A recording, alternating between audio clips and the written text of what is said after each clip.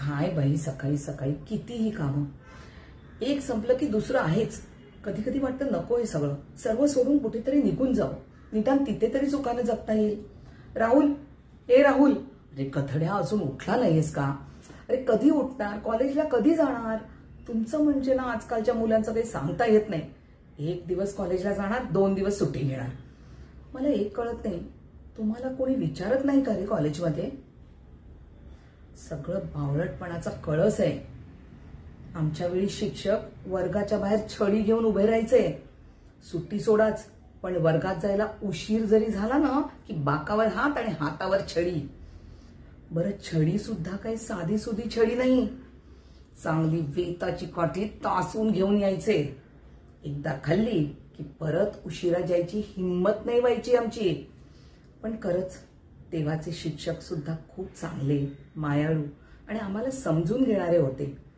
तुला सांगते, माझे बाबा फारसे कुठे नोकरीला नव्हते.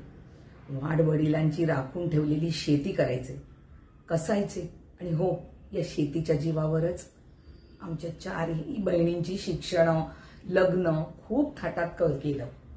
तुमच्यासारखं खाऊ लागलं की पैसे नाही रे मिळायचे आम्हाला, आणि नाही रे असला पिझ्झा बर्गर.